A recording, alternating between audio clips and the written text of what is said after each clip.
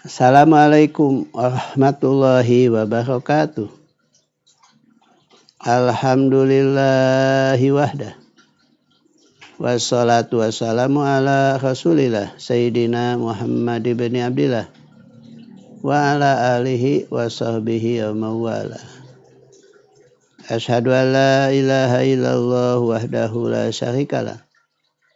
Asyhadu anna sayyidana wa nabiyyana Muhammadan abduhu wa rasuluh.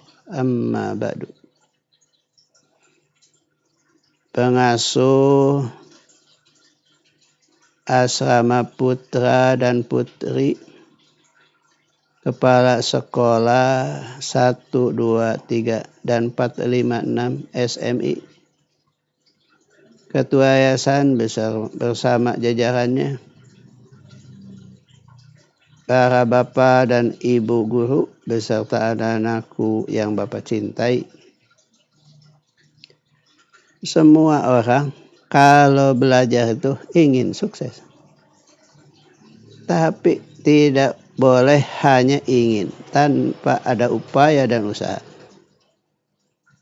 Upaya dan usaha itu adalah perintah Allah.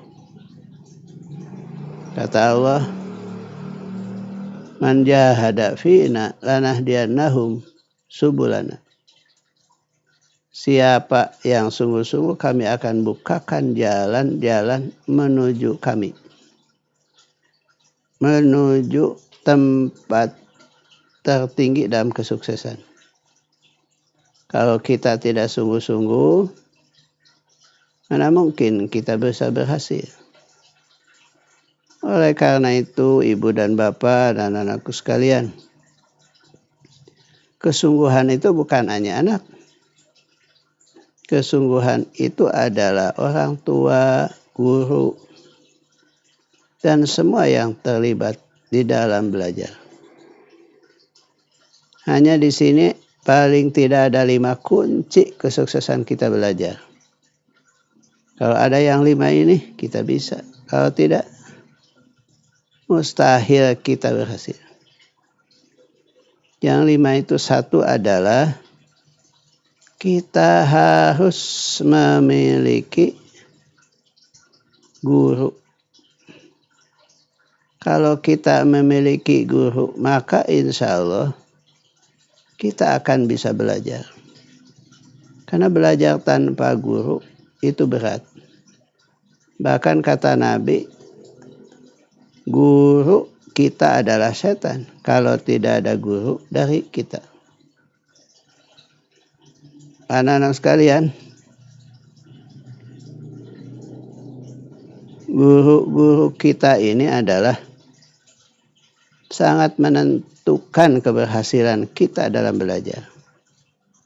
Oleh karena itu Nabi Ibrahim meminta kepada Allah agar kita ini dibimbing. Ternyata dibimbing oleh guru yang memiliki peran. Satu ada hiyatul alim ayati.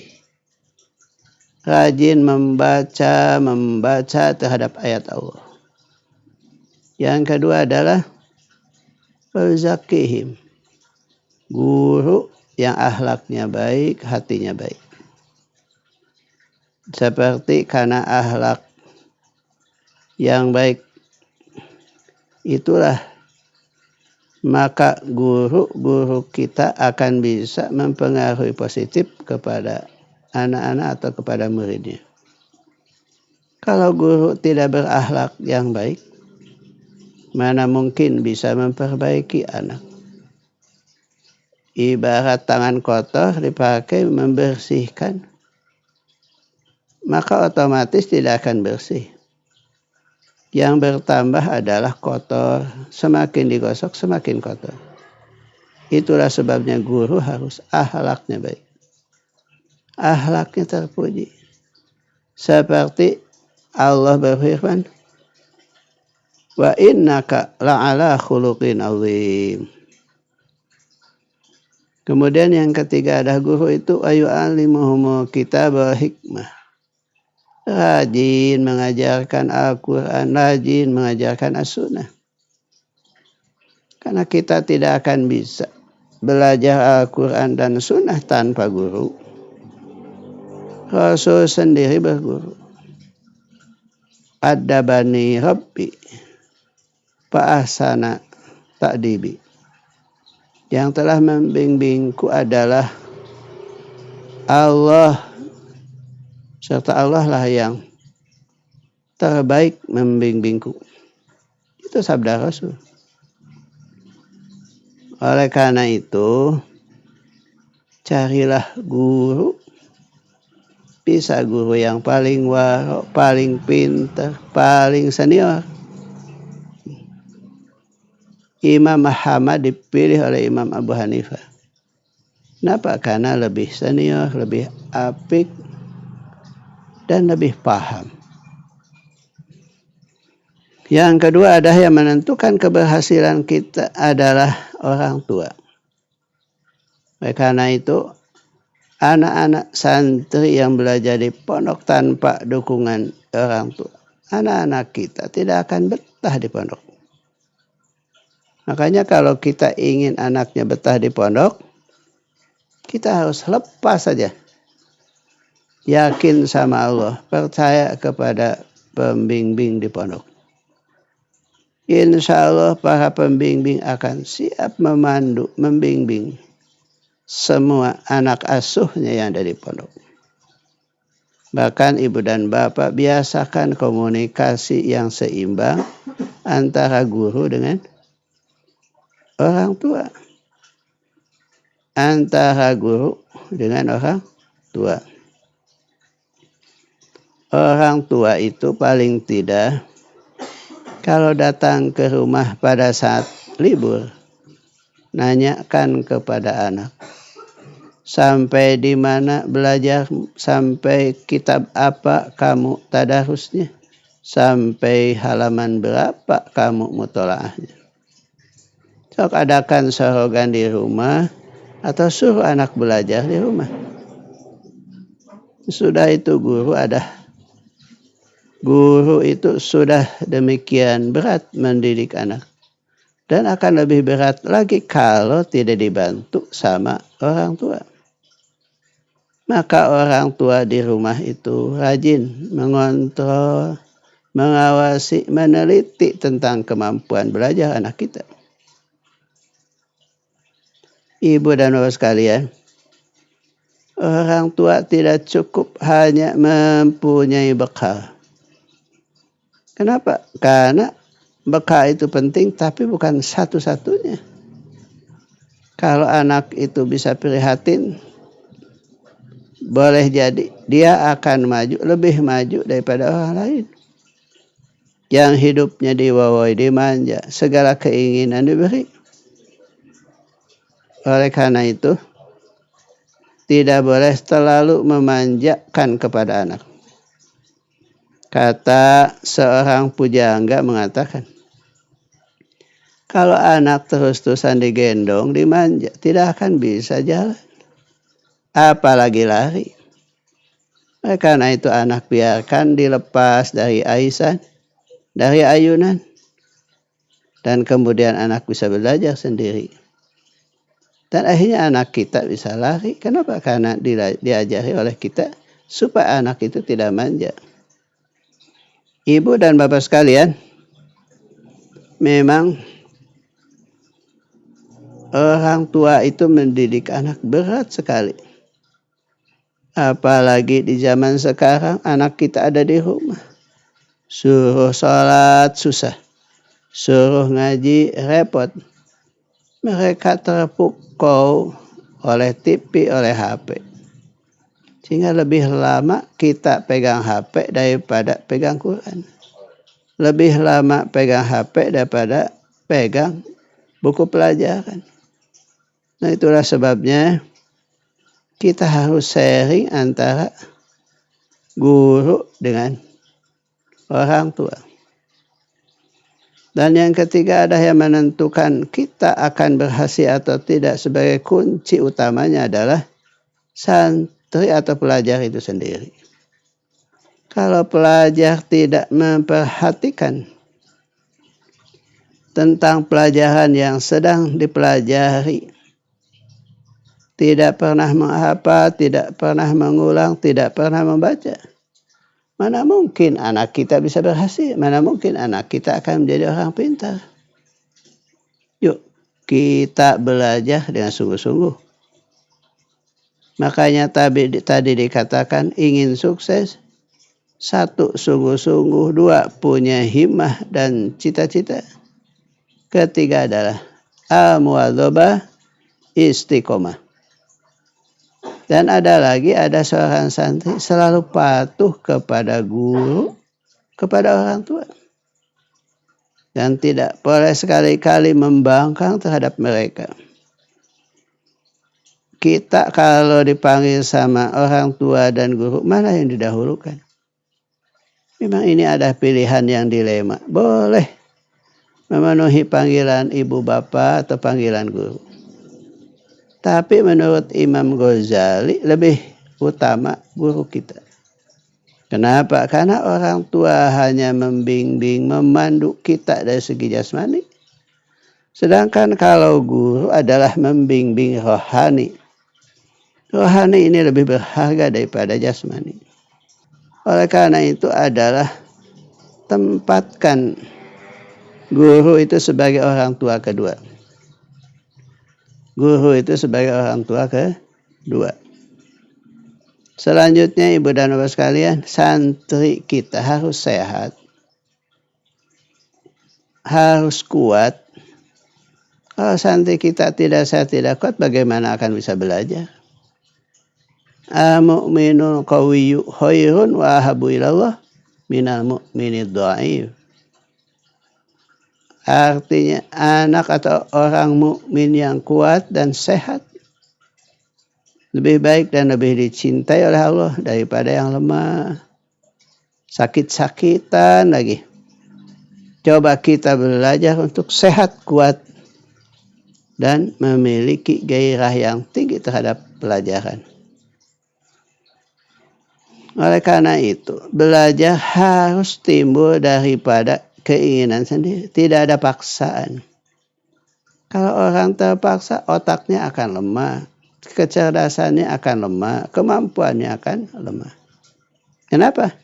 Karena belajar tanpa kesadaran, tanpa gairah.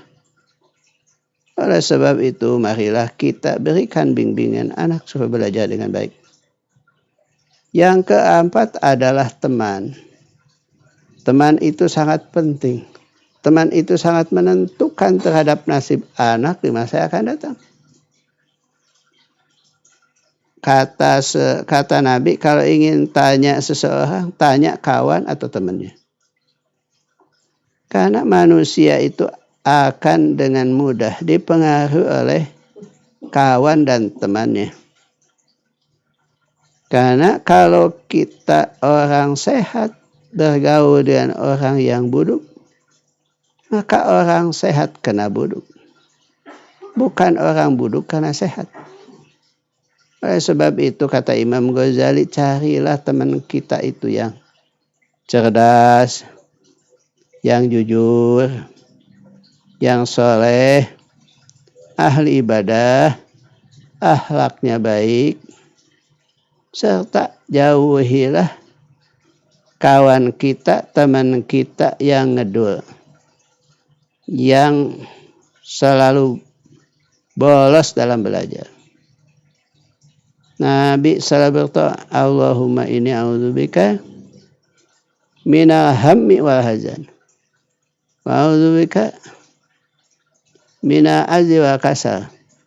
Wa na'udzubika minal jubni wal bukhli. Wa na'udzubika min ghalabati dain wa qahri rijal.